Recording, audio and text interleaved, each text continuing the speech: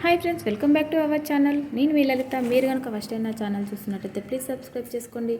ఈరోజు అయితే spring onions curry ఏ విధంగా తయారు చేసుకోవాలో చూద్దాం. ముందుగా ఈ స్ప్రింగ్ ఆనియన్స్ని మా తెలంగాణలో అయితే ఉల్లునారు అంటారు. ఇది ఏ విధంగా తయారు చేసుకోవాలి అనే దానికంటే ముందు దీంట్లో ఉన్న బెనిఫిట్స్ అయితే చూద్దాం. ఈ స్ప్రింగ్ ఆనియన్స్ తినడం వల్ల చాలా మంచిది మన జుట్టుకి, ఇంకా బోన్స్కి కాల్షియం రిచ్గా ఉంటుంది. హార్ట్ ప్రాబ్లమ్స్ లేకుండా చేస్తుంది.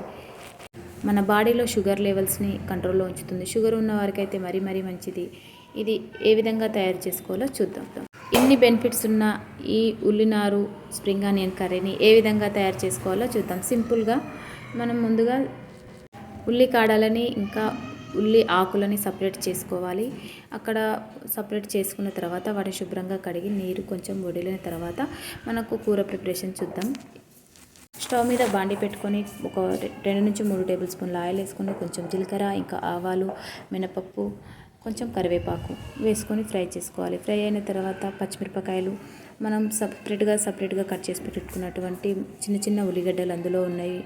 ముందు ఉన్న ఉల్లిగడ్డలని ఫస్ట్ వేసుకొని కొంచెం ఫ్రై చేసుకోవాలి.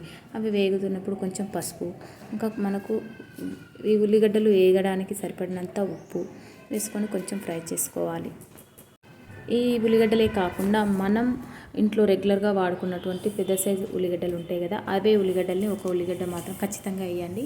ఈ విధంగా వేయడం వల్ల కూరల్లో అయితే టేస్ట్ చాలా మార్పు అయితే ఉంటుంది, చాలా బాగుంటుంది. ఇందులో చాలామంది ఆ ఉల్లిగడ్డల వరకే వండుతారు, కానీ మన ఇంట్లో వాడుకున్న ఉల్లిగడ్డను ఒకటే అని చాలా బాగుంటుంది. ఇంకా ఒక 3 నుంచి 4 టమాటాలు, ఇవి ఉల్లిగడ్డల్ని పోపులోనే వేసుకోవాలి. ఇవి ఉల్లిగడ్డలు కొంచెం టమాటాలు మగ్గిన తర్వాత మనకు రుచికి సరిపడినంత కొంచెం కారం, ఈ కారం వచ్చేసి ఎల్లిపాయ కారం, ఇందులో అల్లం ఎల్లిగడ్డ పేస్ట్ వేయొద్దు. ఇంకా కొంచెం మనకు కూరకు సరిపడినంత ఉప్పును కూడా ఇక్కడే అడ్జస్ట్ చేసుకోవాలి. ఇక్కడ మనం ముందుగా కడిగి పెట్టుకున్నటువంటి ఉల్లి ఆకులని సన్నగా కట్ చేసుకొని వేసుకోవాలి. ఇది వంట చేయడం కూడా చాలా ఈజీగా త్వరగా అయిపోతుంది. వంట చేయరాని వాళ్ళు కూడా చాలా ఈజీగా సింపుల్గా చేసుకుంటారు. మనం స్ప్రింగ్ ఆనియన్స్ వేసిన తర్వాత ఒక 5 మినిట్స్ని మూత పెట్టేసుకుంటే మనకు మంచిగా మగ్గిపోతుంది. ఆవిరిలో కింద నుంచి వాటర్ అనేది వచ్చేస్తుంది. తర్వాత ఒక 5 మినిట్స్ అటు ఇటు కలుపుకుంటే ఇదిగో ఈ విధంగా అయితే ఉడికిపోతుంది. ఒకసారి ఈ విధంగా ట్రై చేయండి, చాలా బాగుంటుంది. మనకు ఇది కర్రీ అంటే ఆల్మోస్ట్ అయితే అయిపోవడానికి వచ్చింది. ఇంకా మళ్ళీ ఒక 2-3 మినిట్స్ తర్వాత మనకి ఇందులో కొంచెం కొబ్బరి పొడి, కొంచెం గరం మసాలా, కొంచెం ధనియా పౌడర్, చిటికెడు వేయండి గరం మసాలా అనేది. ఇప్పుడు ఈ కర్రీ ముందర ఏ చికెన్ మటన్ కూడా పనికిరాదు, చాలా బాగుంటుంది. ఒకసారి ఈ విధంగా ట్రై చేయండి. ఈ వీడియో కనుక నచ్చినట్టయితే లైక్ చేయండి, షేర్ చేయండి, సబ్స్క్రైబ్ చేసుకోండి. ఇవన్నీ గరం మసాలా, కొబ్బరి పొడి, ధనియా పౌడర్ వేసిన తర్వాత ఒక 2 మినిట్స్ మగ్గించుకుంటే సరిపోతుంది.